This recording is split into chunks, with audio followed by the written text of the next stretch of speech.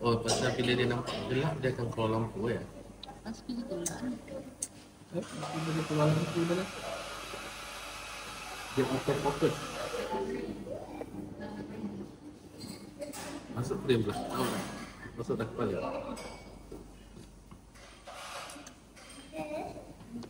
Fokus sayang pula. Nak ada view apa?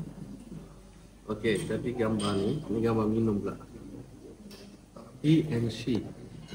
Macam digalakkan dating ya. Dia lelaki dan dia perempuan guys. Di dungun. Itu kamera ajak berjumpa. Ajak jumpa, ajak minum. Berdekatan dengan UiTM dungun.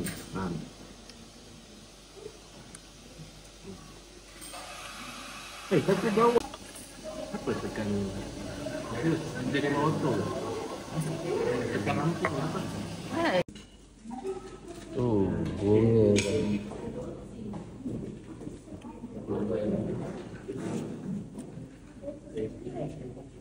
Budak air kopi. Okey, kita di mana ni guys? Di satu tempat Tak payah satu-satu tempat lah. He dan she. Dia lelaki dan dia perempuan. Angkat sikit.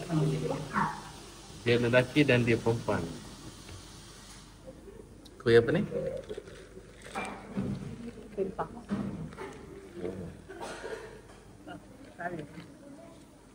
Oh. Siapa pernah pergi Dungun tahulah sini. Siapa yang layan UiTM. Tapi sini ramai pelajar lah.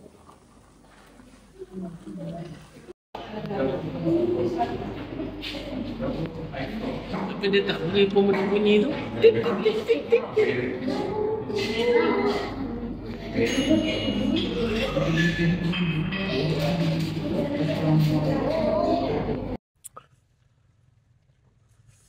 Okay, di He and She's Coffee.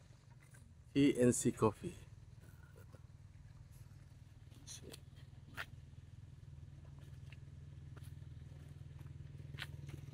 Okay. Milik UiTM. Sini ramai mahasiswa lepak guys. Betul-betul dekat tepi jalan ni. His and She's Coffee. Tepi jalan je guys. Berdekatan dengan UiTM.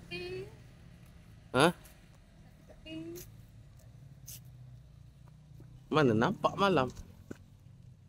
Okay, jumpa lagi guys. Bye.